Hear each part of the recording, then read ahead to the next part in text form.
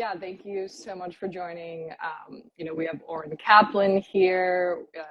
We're on the same roster. Amazing comedy director, specializes in a lot of VFX work, and very one of your famous spots, I would say, is the where he was a lovely Rebel Wilson. I love that spot, obviously, and you have a huge podcast, the Just Shoot It pod, that I was that I was on recently in maybe August or September, which was a good time. Yeah. So yeah, and we're just on the same roster, and we commiserate together, I think, about. Yeah, I think it's like a super important thing to have.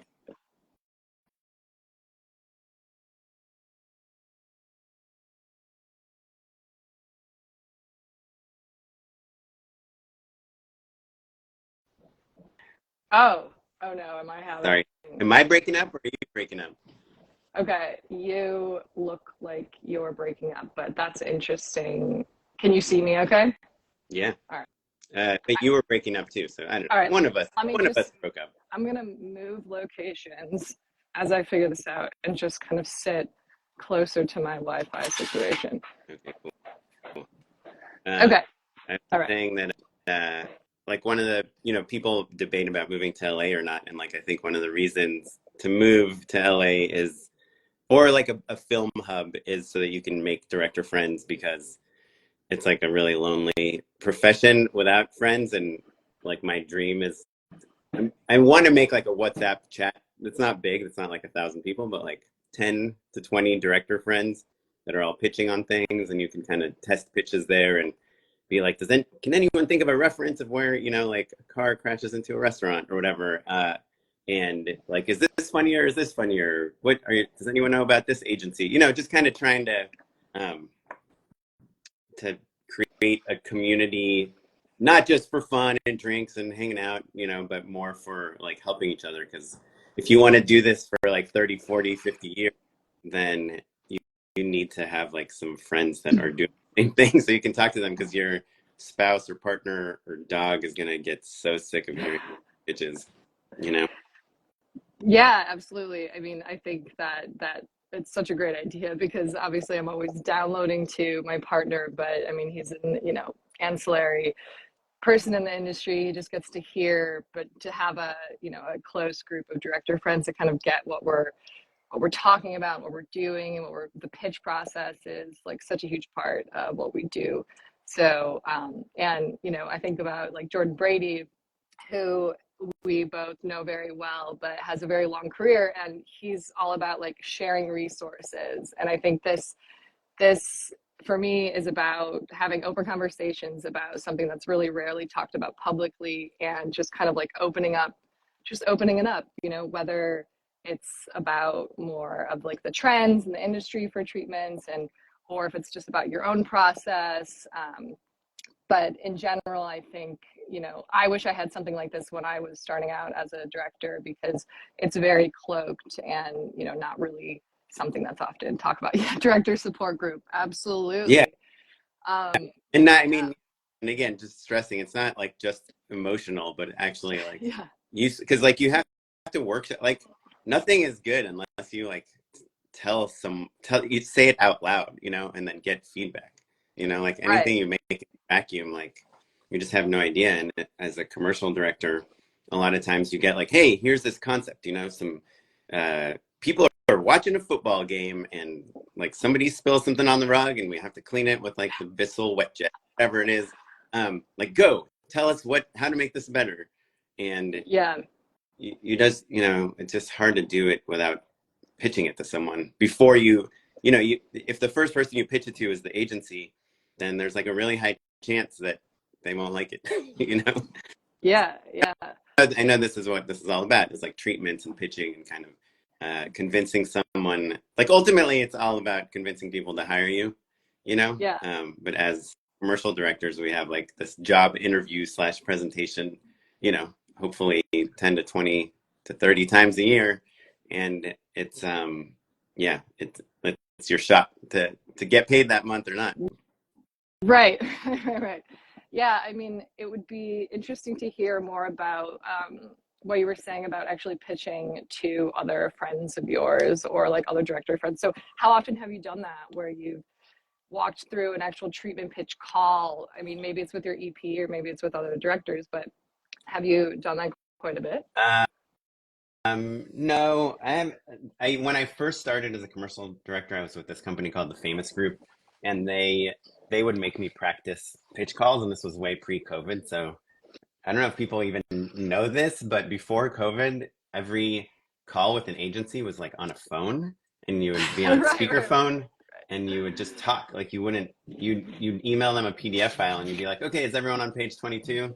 Like let's talk about this. So the whole thing has totally changed, I think, over the last 5 years because now it's like 100% video, right? Any meeting, Yeah, like you're talking about what people want for lunch, you'll like send out a Zoom link, you know? yeah, yeah. So it's just like a totally, and now we're putting on like a show for people. So I haven't done the like practice pitch. I've done it a couple times, you know, when I've worked with new companies or new people and they just want to make sure I'm not saying the wrong thing, you know. I'll almost do it more like if I'm ever working with a celebrity, a lot of times there will be like 20 people that want to get on a Zoom with you and make sure you're not saying Yeah. anything inappropriate. Like they're so scared of pissing off the celebrity that you just have to like really tell them I'm just going to talk about this and I'm just going to be like a normal human being. Yeah, yeah. Um, but uh, but what I mean about like a director's kind of support group, my voice keeps dropping an octave, Moho Sapien.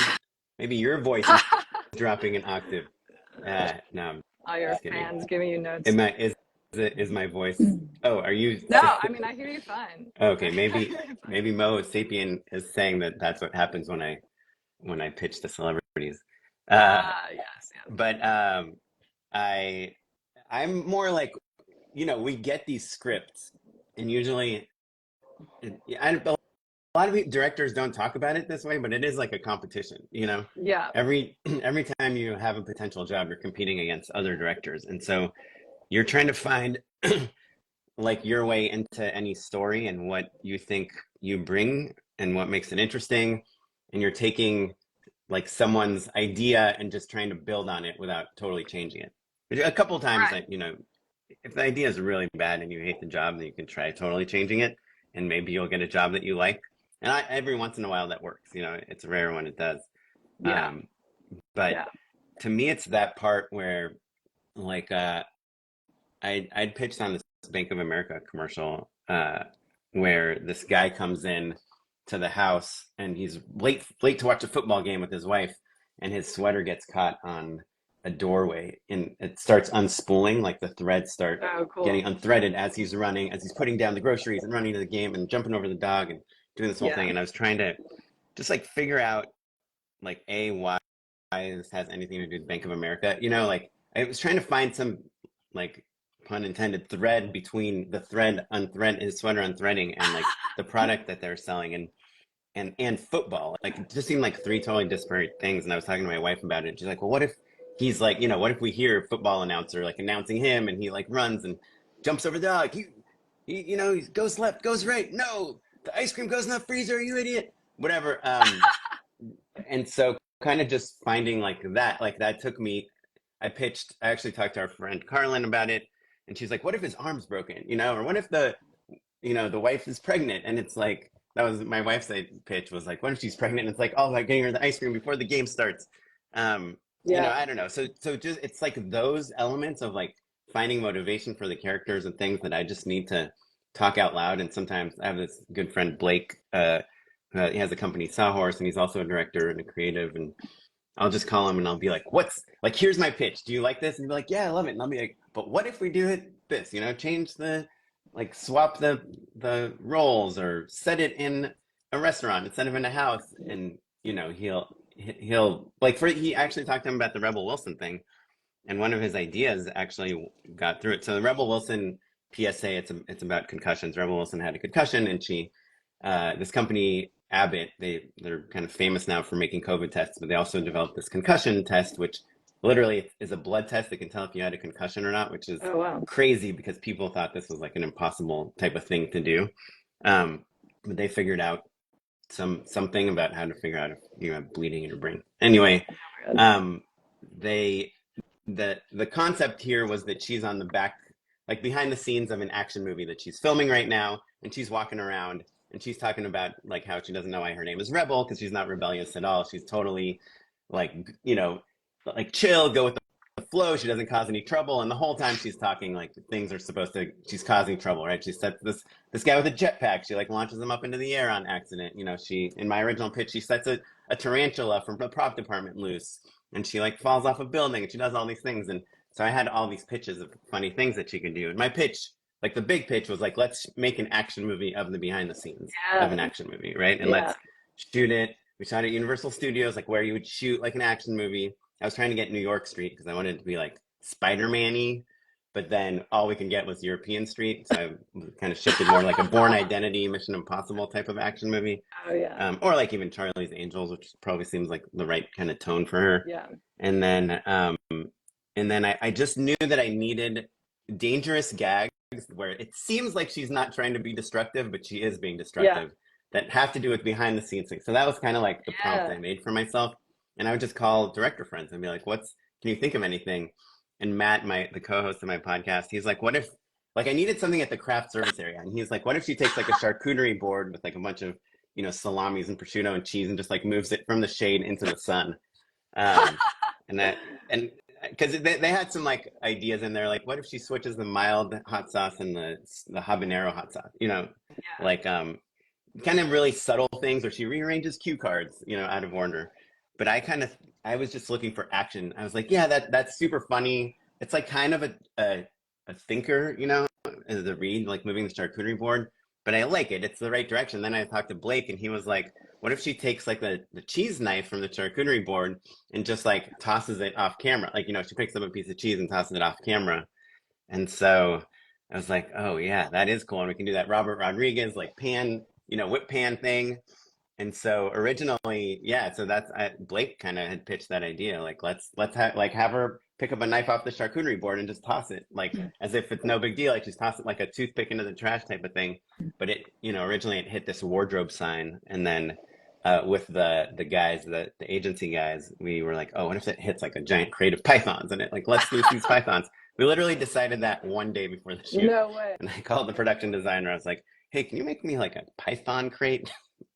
She's Yeah. like, yeah, I think so. It needs to be rigged to open, like when a knife hits it. Anyway, so Nice. that's like to me the stuff. Like it's that phase, and and I have a lot of really bad pitches. Actually, just heard this quote from Matt Damon yesterday. He was like being interviewed with Ben Affleck, and I guess when they were writing Good Will Hunting, Ben Affleck told him like, don't judge me for like my worst, like my super bad ideas. But judge me for my, like, don't think I'm bad because of my bad ideas. Try to think I'm good because of my good ideas. And like, I love that because it's like kind of, you can have 90 horrible ideas. Like when you say them out loud, everyone's like, this is the wrong person for the job, But if you just have that one or two good ideas, then it's like, oh, yes, Christina's like, oh, let's do this black and white film in color, whatever it is. And so that's the stuff I need to talk to people about. Otherwise, if it's just me writing, it'll just be like, yeah, something falls on the rug and we have a really cinematic shot of it. And then the vacuum comes in and it's flat. I'll describe the technical filmmaking part of it, but I'll have a good pitch, I think, always is about something relatable, and like a super sexy shot of a vacuum cleaner is not relatable. What's relatable is like you pick up, like a birthday cake to present as a surprise for someone, and then like accidentally, flip over the tray on the counter and the whole thing goes on the ground. Like I think it's like more about finding those moments or the metaphors. Like we'll make the behind the scenes of an action movie, but shoot it like it's an action movie. And for that shoot, we got just by dumb luck, like I met this guy through my daughter's preschool, this DP who was literally going to shoot Captain America 4 the following week, and he just shot Oh Game my of God. Thrones. And I was like, will you do this one day shoot? And he's like, sure, it's one day in LA, I'll do it. Hey, Tom Morris, live on the video, watching the live video. Anyway, so yeah, I don't know. So to me, that's like the director support group. And Tom Morris, who actually just joined this chat, he's on my short list of directors I call New. um, to just pitch ideas and be like, "What do you think? Is this cool? Is this cool?" And actually, The guest kind spot. of, Tom, we're still driving a gas-powered vehicle. Come on, man. Oh my God. 2025. Um, Um, but I have this other friend, Cassie Brooksbank, who was on the roster with me at Great Guns. She's also blonde. You guys might get along, but she's like an action movie director, action commercial director, like a Michael Bay, Tony Scott type of wow. style. And she had pitched me this. She told me about this Pepsi commercial she got with Messi, and how she pitched it. And just literally just telling me, she didn't even tell me how she pitched it. I was like, "What's it about?" And she's like, "Oh, well, it's like this girl. She's trying to get a view of Messi, but there's a giant crowd." And she's like, and that, and I realized like at that moment that like I'd been pitching every commercial incorrectly. uh, Wow. because up until then, this was probably like 2 years ago. Up until then, my pitches would always start with like, "Oh, I have kids and I relate to messes, and so I love Swiffers. They've totally changed my life." And like, um, so I thought it would be cool if we like kind of do like an action movie about a Swiffer wet jet or whatever. But she just like goes right out like, "This is it!" Like, she just pitches the story like right from the beginning, and I Oh, find cool. that to be so effective. But I know you've done like narrative stuff too, obviously, and so pitching commercials, it's the same thing. Like the more you practice pitching the story to people, the better you get at it. Yeah. So yeah, that's my thing. Yeah. But we can talk treatments in our remaining 9 minutes. Yeah. I mean, that was just so cool to like hear how collaborative you become in your treatment process and just even like, because a lot of times I just need to walk away and I'll just be on a walk and I'll see like a security camera and my pitch is involving like hidden cameras and I'm like, oh shit, like the security camera should be shaped like this. And like, it's just those random little tidbits. And I love that you're just kind of pitching to like anyone around you. Be like, hey mom, what do you think of this? Like, it could be your family, it could be your friends. I mean, obviously it's directors, but even if you don't have like a director that you can like outreach to in a moment, just building on a story just based on like whatever, like what about this? What about this? I mean, that's just, you just need those little tidbits that, especially when you're telling a story in 30 seconds. I mean, every frame counts. So Yeah. love hearing that. But um, yeah, I guess like in terms of your treatment process, I mean, where do you begin? Like, do you begin with writing? Do you begin with visuals? Do you begin with just the boards, the script? Like, where do you start? Um, Staring at a blank well, page? first of all, I want to say hi to Pretty Little Fawn who just joined. She's an amazing actor. She was in my movie Courtney. Hi. Hi. Also a huge influencer. This is probably the biggest guest you've had Uh-oh. Uh-oh. on your channel. Nice. But sorry, you asked where I start with the writing on the treatment, like when Yeah, I'm I mean, like, pitching. where do you start your process? Like, when you just got off the creative call, are you just kind of, voice memoing like all of your like cascade of thoughts, or like, No, I feel like I yeah, where do hate you voice begin? memos, um, because I can't. It's just really hard to look them up. I mean, I think so many of us are like multitasking nowadays. Like, I'll be at like my daughter's gymnastics class, and like I want to like write down an idea or something. Yeah, And yeah. so anything that relies on like voice or video is, to me, it's like not an easy way to reference things. Um, but I do two things. Like number one is like I just write down a bunch of references, and Mm. something I actually learned from JJ Adler, who's a director. I don't know her personally, but she was on Jordan Brady's podcast and she talked about this. Is she'll just kind of start in the first call with the agency, when you're meeting this team that you're going to pitch to, just kind of throwing out references and kind of seeing like tonally where they're landing. Like, oh, is it a little bit more like Home Alone family or like the family and the bear? Like Yeah, yeah. and she'll kind of just feel like, oh, is it more dysfunctional family or just kind of cute like all American family? And Yeah, yeah. uh, so after that first call, I try to do that a little bit, like kind of come with some references to just kind of get the temperature Yeah. of the room, and then I'll just start writing down references like, oh, the opening scene from Home Alone, oh, the Thanksgiving episode of The Bear, or this commercial for World Cost Plus World Market I saw. And I use this amazing resource, which is like my secret weapon. It's not a secret because I tell everyone about it. It's called Source Creative, and a database of basically like every commercial in the world. Yeah. Not every commercial, but like a lot of them, and it's totally searchable. So you could say like, family, comedy, uh, beer commercial or whatever, and you'll find, and then you can download like 1080p HD copies of every commercial that fits that category. And a lot of times in commercials, like they have deals with actors where they can't run the commercial for more than like 16 weeks or something. Yeah. So a commercial from 2 years ago can be incredibly difficult to find, like on YouTube or on Vimeo. Yeah. But Source Creative, it's behind a paywall, so Yeah. they have Yeah. an archive of spots. So I'll go there and I'll just start typing like, yeah, family house comedy or like steady cam shot or mess, and I'll kind of look at all the brand's previous things and I'll make notes about the things I like and the things I think could be better, and the things that I kind of got from the agency. So I kind of generate like a list of references that I'm going to pull images from. And, nowadays I pull a lot of GIFs. So I mainly just download a bunch of videos. I use this amazing app from my computer called 4K Video Downloader. It's free, and you can just paste any YouTube or Vimeo link into it and download the highest quality version of it.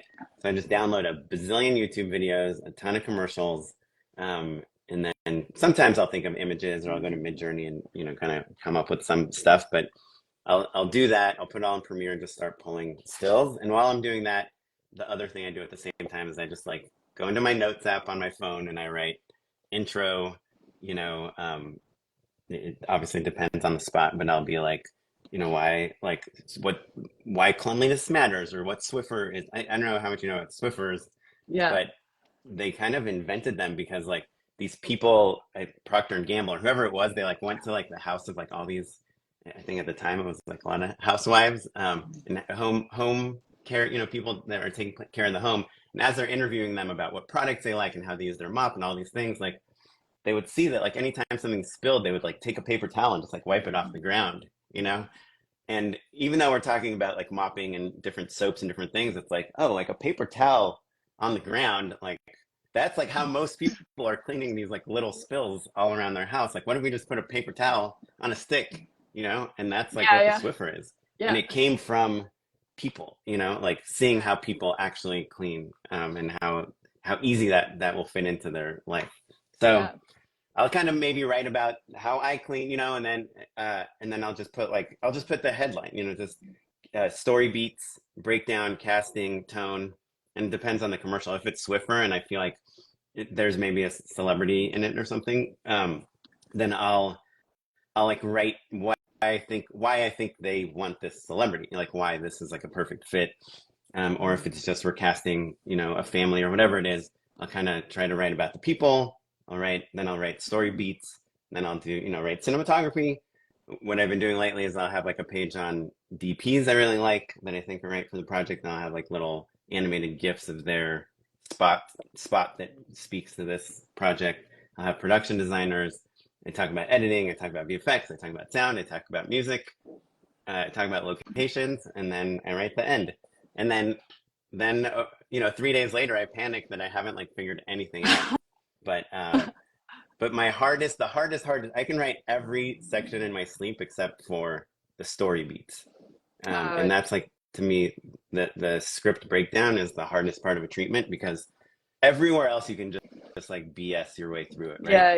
We'll cast Yeah. someone likable but quirky and Yeah. diverse Yeah. and interesting and young and old and different. You just say whatever you think they want to hear. Location will be beautiful, sunlit, big but accessible, anywhere in USA, whatever. It's so easy to write those sections, and it's so easy that I don't even. I try to write as little as possible for those sections because I know every director is writing the same thing. You know, like Yeah. beautiful big windows in the kitchen. Like, Yeah. okay, yeah, obviously it's a commercial. It takes place in the kitchen. There's no Yeah. other version of that, Yeah. Yeah. unless that's your pitch, that like this kitchen is a dark and scary kitchen. Yeah. But then the story breakdowns is where I really do like, hey, we open on a hand and it grabs, a sandwich, and half the sandwich falls to the ground, Yeah. like we cut super wide, and we see, and I try to put like 2 or 3 beats per page and find images that tell sorry, a wide shot of someone in the kitchen, a Yeah, hand holding a sandwich. And if I can't find it, I try to make it in Midjourney. And on rare occasion, I'll like photograph it myself too. nice. But yeah, so that's kind of my process is like images. They give me ideas for the writing, and then the headlines just kind of keep me like the worst case scenario is I just have, you know, a 15 page treatment that just has location, like a beautiful American house. But it's the story beats, the script breakdown that really like keeps me up at night, and the thing that I talk to my friends about trying to Yeah, figure out how to do. Anyway, sorry, yeah. I'm taking No, over I this mean that entire was like interview. no, I mean you're so good at this because you obviously like, have a podcast that you do this for a living. So I'm so glad that I got to like kick this off with you because this was just so much information. And I think even just like as an emerging director, just to kind of hear from you, you have so much experience, but we're kind of all like we're reinventing the wheel with our own take. So it's not like, I mean, sure, there's probably trade secrets, but hearing you talk through your approach, I mean, everyone is different, but it's just so cool to hear what you feel worked for you or works for you. And I mean, I agree. I think like diving into the scripts is always just, do you start with the hard stuff or do you get to the fluff later? And, how do you kind of do that breakdown? But yeah, I know you said you have to head out and do a lovely storyboard briefing. But I'm so grateful. Oh, hey, Patrick Jones. I'm super grateful that you joined and that, we can maybe have another conversation and start this like directors support group. I think this is something you've been talking about and that you already have in the works, but let's get this Yeah, WhatsApp going. yeah. I talk about something for about 8 years, and then maybe And it'll and happen then at some after point. 8 years it happens. Yeah, yeah. Yeah. Awesome. But yeah, I'm happy to come back anytime.